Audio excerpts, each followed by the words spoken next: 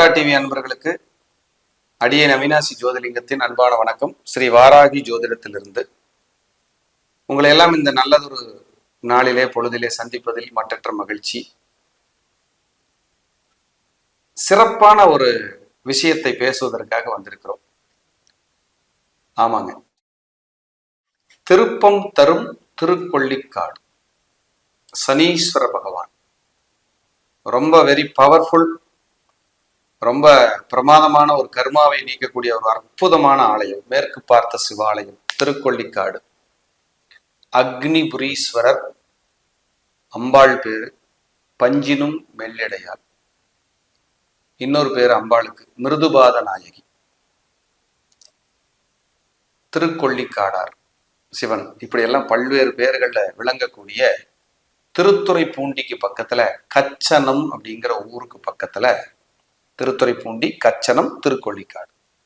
அந்த இடத்துல ஒரு கிராமத்துல ஒரு ஒரு ஒதுங்குமான இடம், இன்டீரியர் வில்லேஜ். அங்க ஒரு தெப்பக்குளத்தோட சனீஸ்வர பகவான் பொங்கு சனீஸ்வரனாக விட்டிருக்கார். யாருக்கெல்லாம் இரண்டாவது சுற்று சனி வருகிறதோ அவர்கள் செல்ல வேண்டிய ஆலயம். இரண்டாவது சுற்று சனி யாருக்கெல்லாம் இருக்கோ அவங்களாம் அங்க போகணும். திருக்கொள்ளிக்காடு ரொம்ப பிரமாதமான ஒரு கோயில் சார். நான் பார்த்து வியந்து சிலாகித்த கோவில் திருக்கொள்ளிக்காடு. திருப்பம் வரும். எப்படி திருப்பம் திருப்பதி போன திருப்பமோ, திருக்கொள்ளிக்காடு போனாலும் திருப்பம் தான். ஒரு சின்ன ஸ்டோரி, ஒரு 2 minutes. அதாவது சனீஸ்வரனை ரொம்ப கிரகங்கள்ல உக்கிரமான கிரகம், இவர் பார்வைப்பட்டாலே நம்ம பொசுங்கிடணும், நல்லா சொல்ல போனா வீணா போயிடணும் அப்படிங்கிற மாதிரியான ஒரு அமைப்பு. சனீஸ்வரன் தியானம் பண்றாரு, தபஸ் பண்றாரு, தவம் இருக்காரு அங்க திருக்கொள்ளிக்காடுல. சிவபெருமானுடைய காட்சி கிடைக்கப்படுது. நவகிரகங்களிலேயே சக்தி வாய்ந்த ஒரு அற்புதமானவர் நீங்க. ஏப்பா உனக்கு வேலையே இல்லையா? தவம் இருந்துட்டு இருக்கு, உனக்கு எவ்வளவு கடமை இருக்கு? எல்லாமே சரிதான் சாமி. என்ன சொல்றாங்க சொல்லுங்க பார்ப்போம், என்ன எப்படி பாக்குறாங்க? நீ நியாயமானவன், நேர்மையானவன், ஆயுள்காரகன், தான தர்மம், நேர்மை, நியாயம், அநியாயத்துக்கு போகாதவன், கட்டுப்படுறவன், இப்படி எல்லாம் இருக்குல்ல. அப்புறம் ஏன் சாமி என்னை பார்த்தா பயப்படுறாங்க? என்னை பார்த்தா ஏன் பயம் வருது? என்னை கும்பிட்டுட்டு ஒரு விபூதி கொடுக்குறாங்க, அதை கூட கோயில்லயே கொட்டிட்டு கையை தொடச்சிட்டு கையை கழுவிட்டு போயிடுறாங்களே. நான் என்ன 9 கோள்கள்ல ரொம்ப ஒதுக்கப்பட வேண்டியவனா? அவ்வளவு பெரிய ஒரு விஷயம் நானு இல்லப்பா. ஆயுள்காரகனே நீதான். நீ நல்லா இருந்தா தான்ப்பா எல்லாம் உயிரோட இருப்பாங்க. தொழில்காரகனே நீதான். நீ நல்லா இருந்தா தான் உலகம் சுபிட்சமா, தொழில்கள் விரிவடைந்து நல்லா இருக்கும், எல்லா வேலையும் நடக்கும். இப்படி சனீஸ்வரனை சொல்லும்போது, சாமி நான் தவம் இருந்தது நோக்கமே என்னன்னா, எல்லா இடத்துலையும் தோஷம்ங்கிறான், சாபம்ங்கிறான், கோபம்ங்கிறான். இங்கேயாவது எனக்கு உங்க காலடியில, உங்களுடைய ஆலயத்துல, நீங்க இங்க இருக்கிற வீட்டு இருக்கிற ஆலயத்துல ஒரு சுபரா இருக்கிற பாக்கியத்தை எனக்கு நீங்க கொடுங்க. பொங்கு சனீஸ்வரனாக நான் இங்க இருக்கிறேன், எனக்கு ஆசீர்வாதம் பண்ணுங்கிற.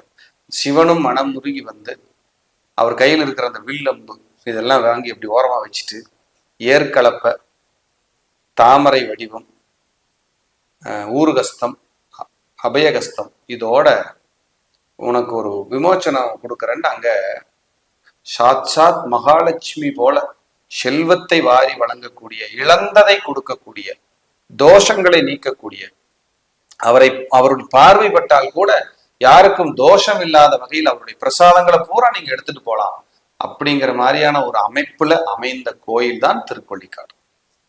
நேர சனீஸ்வரன் பைரவருக்கு நேரம் இருப்பார், பைரவருடைய பார்வையில் இருப்பார். தன்னுடைய குரு பார்வை பட்டுக்கிட்டு இருக்கு. பைரவர் பார்வையில் இருக்கிற சனிக்கு எவ்வளவு சக்தி இருக்கு, எவ்வளவு பவர் இருக்கும்.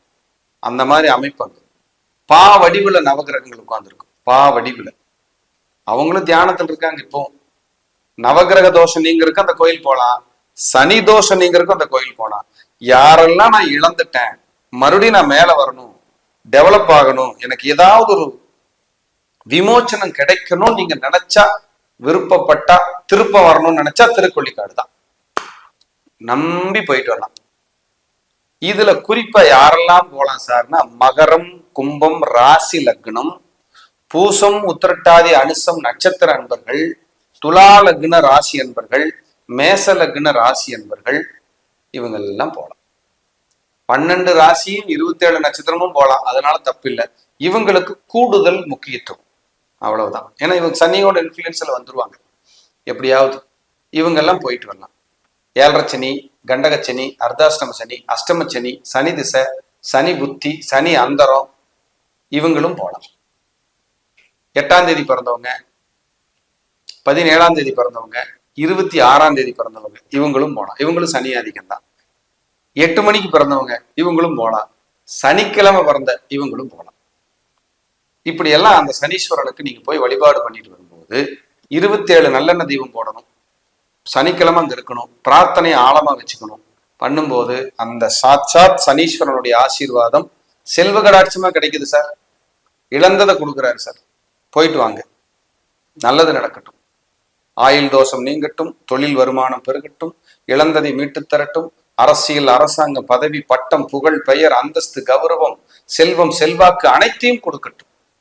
பொங்கு சனீஸ்வரன் ரொம்ப ஒரு பிரமாதமான ஒரு அமைப்பு. ஆலயம், அம்பாள் பேர் பாருங்க, பஞ்சினும் வெள்ளடையான். சாமி அக்னிபுரீஸ்வரர். கணவன் மனைவி யாரெல்லாம் எளியும் புனையமா இருக்கீங்களோ அங்க போயிட்டு வந்தீங்கன்னா விமோச்சனம் ஆயிடும். சூப்பரா ரெக்கவரி ஆயிருவீங்க. ரொம்ப பிரமாதமான ஒரு கோயில் சார். 2000 வருஷம் பழமையான கோயில். ஒரு சின்ன கிராமத்துல தான் இருக்கு. அந்த இடத்துல வராத பெரிய பெரிய ஆட்களே இல்லை. நடுத்தர மக்கள், பாமர மக்கள், ஏழை எளியோர், பெரிய மனிதர்கள், அரசாங்க, அரசியல், அரசு துறை அதிகாரிகள், பெரிய பதவிகளில் இருப்பவங்க எல்லாரும் வர்றாங்க. அப்படியான கோயிலா இருக்குது. நீங்க போயிட்டு வரும்போது உங்களுக்கு விமோச்சனம் காத்திருக்கிறது. திருக்கொள்ளிக்காடார் உங்கள் வாழ்வில், அனைவர் வாழ்விலும் பெரிய திருப்பத்தை ஏற்படுத்தட்டும். காகத்வஜாய வித்மகே கட்ககஸ்தாய தீமகே தன்னோ மந்த பிரஜோதயால். ஓம் சனிச்சராய நமக.